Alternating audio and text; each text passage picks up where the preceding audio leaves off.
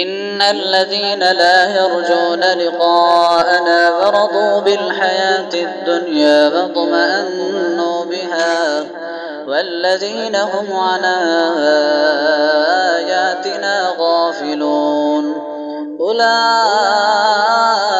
مأواهم النار بما كانوا يكسبون إن الذين آمنوا وعملوا الصالحات يهديهم ربهم بإيمانهم تجري من تحتهم الأنهار في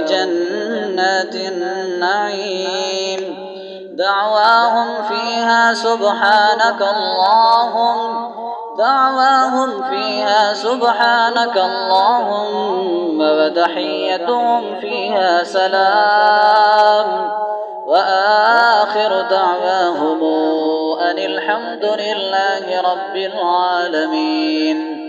ولو يعجل الله للناس الشر استعجالهم بالخير لقضي إليهم أجلهم فنذر الذين لا يرجون لقاءنا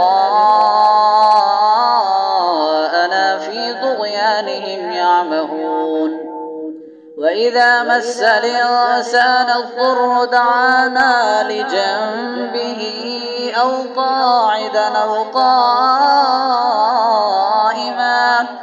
فلما كشفنا عنه ضره مر كأن لم يدعنا إلى ضر مسه كذلك زين للمسرفين ما كانوا يعملون. ولقد أهلكنا القرون من قبلكم لما ظلموا وجاءتهم رسلهم بالبينات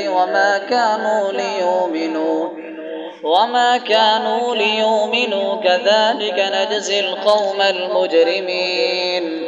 ثم جعلناكم خلائف في الأرض من بعدهم لننظر كيف تعملون.